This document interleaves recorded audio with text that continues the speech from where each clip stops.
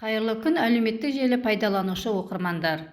Арнаулы кітапханасы ақпарат айдынында атты 43-ші шығарылым аясында мерзімді басылымдарға онлайн шолуды назарларыңызға ұсынады. Жергілікті басылым «Сыр бойы» газетінің 47-ші санында «Алынбас қамал болмайды» мақаласы жарияланды. Облыс әкімі Гүлшара Әбдіқалықова облыстық «Сыр бойы» және «Кызылординский вести» газеттеріне сұхбат берді. Гүлшара Әбдіқалықованың өмірбаяны, еңбек жолы негізінен әлеуметтік қорғау саласымен байланысты болғандығына қарамастан, Қазақстан билігінің жоғарғы эшелонындағы өкілдердің арасында сан қырлылығымен ерекшеленеді. 2020 жылдың 28 наурызынан бастап президент жарлығымен Қызылорда облысының әкімі болып тағайындалды. Қазақстан тарихындағы тұңғыш әйел әкімі ретінде Гүлшара Әбдіқалықова Қызылорда облысын басқарып, пандемиямен күресуге тура келді. «Сыр бойы» газетінің 48-ші санында «Түркістан түркі әлемінің рухани астанасы» атты мақаласы жарияланды. Мемлекет басшысы Қасым-Жомарт Тоқаев онлайн форматта өткен түркітілдес мемлекеттердің ынтымақтастық кеңесінің бейресми саммитіне қатысты. Президент Қазақстанның ұсынысын қабыл алып, түркітілдес мемлекеттердің ынтымақтастық кеңесінің бейресми саммитіне қатысуға келісім берген мемлекет басшыларына ризашылығын білдірді. Бұл басқосуда бәріміз үшін қасиетті Түркістанды ұйымдастыруды жоспарлаған едік. Алайда, пандемияға байланысты күрделі ахуалға орай біз саммитті онлайн форматта өткізуді жөн көрдік. Індеттің беті қайтқан соң, бұрынғыдай бетпе-бет жүздесеміз деп сенемін. Осы мүмкіндікті пайдалана отырып, баршаңызды Наурыз мейрамымен тағы да құттықтаймын. Бұл күллі түркі жұртының төл мерекесі. Бауырлас елдерге бақ-береке тілеймін, деді Қазақстан президенті. Егемен Қазақстан газетінің 57-ші санында ел және елбасы айдарымен ақталған сенім көркейген елім атты мақаласы жарияланды. Тәуелсіздік киелі ұғым. Оның еркіндік, бостандық, дербестік, егемендік деген секілді баламалары бар. Ол сөз ешкімге тәуелді емес, бағынышты емес дегенді аңғартып тұратын үлкен мәнге ие. Шындығына үңіліп қарасаңыз, тәуелсіздік дегеніміз жанның азаттығы, рухтың еркін болуына саяды. Сондықтан да азаттықтың екі түрлі нысаны бар. Бірі тәннің бостандығы, яғни кісенсіз, шынжырсыз, бұғаусыз, емін-еркін дербес өмір сүруді білдірсе, екіншісі сананың құрсауланбай байлаусыз, баянды тіршілікке ұмтылуы дер едік. Егемен Қазақстан газетінің 61-ші санында үкімет жағдайды күрт өзгертуі тиіс мақаласы жарияланды. Мемлекет басшысы Қасым-Жомарт Тоқаев елімізде коронавирус індетіне байланысты эпидемиялық ахуал жөнінде кеңес өткізді деп хабарлайды президенттің баспасөз қызметі. Қасым-Жомарт Тоқаев еліміздегі қалыптасқан күрделі эпидемиялық ахуал жайында айтты. Жағдай бүкіл қоғамды алаңдатып отыр. Атқарушы органдардың жұмысына азаматтардың көңілі толмайды. Жалпы алғанда, қазіргі жағдайымыз жақсы емес. Тіпті ахуал өте күрделі деп те айтуға болады. Індет қайта өршіп келеді. Мұны Қазақстан ғана емес көптеген ел басынан өткеруде. Нақты деректерге қарасақ, оның негізгі себебі вирустың мутацияланған жаңа штамптары болып отыр. Оған қоса, азаматтарымыз және бизнес өкілдері індеттен әбден қажып, соның салдарынан сақтық шараларына салғырт қарай бастады. Бұл әрине жағдайды одан бетер ушықтыруда, деді президент. Ел тілегі газетінің 12-ші санында ұмытыла бастаған ежелгі қазақ салт-дәстүрлері атты мақаласы жарияланды. Салт-дәстүрлеріміздің кейбірі халық арасында кеңінен пайдаланып жүрген болса, кейбірі ұмыт болып қалып барады. Әсіресе жастарымыз біле бермейтін салт-дәстүрлеріміз жетерлік. Ата-бабаларымыздан мұра болып қалған салт-дәстүрлер әрдайым игі мақсаттар үшін қолданыста болған. Сол себепті оларды біле жүру, кей-кейде өмірде іске асыру да артық етпес.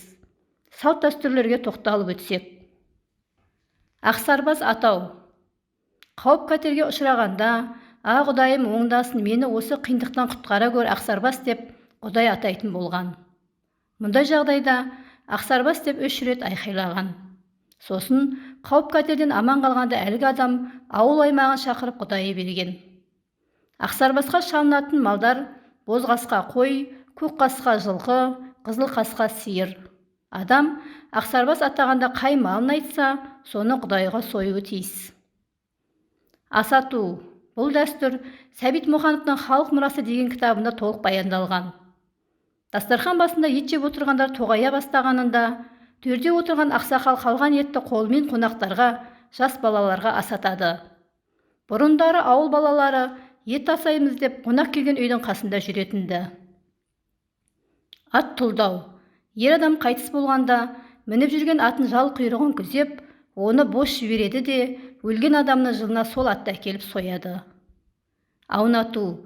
Қазақтар үйіне келіп қонақ болған, қонып кеткен адамдардың отырған, жатқан жеріне баламыз осы атасына тартсын, бойына осы атасының қасиеттері қонсын деп, балаларын аунатып алатын болған. Елге, ағайынға сыйлы азамат, кінді қаны тамған туған жеріне келгенде халық, туған туыстары, дос-жарандар оны сол жердің топырағына аунатып алған. Шыңғыс Айтматов үйіне Мұхтар Әуезов келгенде, ол отырған орындыққа ұлын аунатып алған көрінеді. Аяғына жығылу. Кешірім сұраудың ең үлкен, кішіреюдің ең ауыр түрі осы ғұрып. Оны орындағанда айыпты адам жанына абыройлы, қадірлі кісілерді ертіп алып, тиісті адамның үйіне рұқсат сұрап кіріп кешірім сұрайды. Айыбы үлкен болса, айыпкер өзі кінәлі болған адамның аяғына жығылып, оны құшақтаған, қалпы жылап, кешірім сұрап жалынған. Аяғына жығылу әрі ғұрып, әрі жазаның бір түрі. Байғазы беру. Үлкеннің кішіге, яғни балаға беретін сыйы. Жас ұл қыз бой жеткен бозбала жаңа киім кигенде, жаңа зат алғанда, аға, апа, ата әжесінен, туған туысқандарынан оған байғазы сұрайды. Олар байғазыға ақша, мал, мүлік, әйтеуір бір зат беріп, құтты болсын айтады. Босаға майлау. Жастар шаңырақ құрғанда немесе біреу жаңа үй алғанда, жақын туған туысқандары келіп, жаңа үйдің босағасына май жағу салтын жасайды. Ол, осы үй берекелі, майдай жұғымды, көптің үйі болсын деген ниеттен туған. Босағасын майлаған адамға шаңырақ иелері кәде береді. Енші беру. Ата-анасы баласы балалы болғаннан кейін, енді өз күндерін өздері көре алады деген сенімге келіп, отау тігіп бөлік шығарады. Сонда малынан мал, мүлкіне мүлік бөліп береді, ыдыс-аяқ сыйлайды. Оған келіннің төркінінен келген дүниесі қосылып, жас жұбайлар жеке шаңырақ болып шыға келеді. Мұны енші беру деп атайды. Ата-анасы қайтыс болса, олардың малы мен дүние мүлкі қалған ағасы інісіне енші бас беруі тиіс. Ерулік беру. Ауылға басқа жақтан бір үй көшіп келсе, бауырларының бірі туған туысқандарына жапсарлас келіп қонса, көрші қолаң немесе жақындары жаңа үйге ерулік деп ас пісіреді, табақ тартып қонағасы береді. Осылайша қазақтар танысын, танымасын, бір-бірін бөтенсімей өз ортасына тарта білген. Жылу жинау. Бір бақытсыздыққа ұшырағанында, үй мүлкі малынан айырылғанда, ауыл тұрғындары көрші көлемі, туған туысқандары, мал, дүние ақшалай көмек көрсетеді. Мұны олардың ортасынан бір адам ұйымдастырады. Бұл жәрдем жылу жинау деп аталады. Арам жолмен шығынға ұшырағандарға жылу жиналмайды. Олар дүние мүлкін қартаға салып ұтқызып жібергендер, зинақорлыққа салынғандар, ішіп құртқандар, қоғамның, мемлекеттің дүние мүлкін жеп қойғандар. Қазан шегелеу. Жақын туыс, әзіл қалжыңы жарасқан адамдардың үйіне 2-3 адам бірге барып, осы үйдің қазанын шегелей келдік дейді. Бұл олардың түстеніп ет жеуге келгендігі. Үй иесі оған әзілмен жауап қайтарып, жақсы болды, қазан шегелейтін адам табалмай отыр едік деп, қонақжайлық танысады. Әйелі ет асып қонағасы береді. Қалау айту. Біреудің жақсы малына, мүлкіне көңілі кеткен адам сол үйдің иесіне немесе әйеліне, баласына соған лайықты бағалы бір тарту әкеліп, әлгі дүниені, жануарды менің қалауым осы деп сұрайды. Кейде үй иесі мұндай сыйлы, жөн жоралғысымен келген қонаққа өзі сөз салып, бұл үйден қалаған бір заттың бар ма, қалауыңызды айтыңыз деп сұрап, қалаған затын сыйлайды. Мойнына бұршақ салу.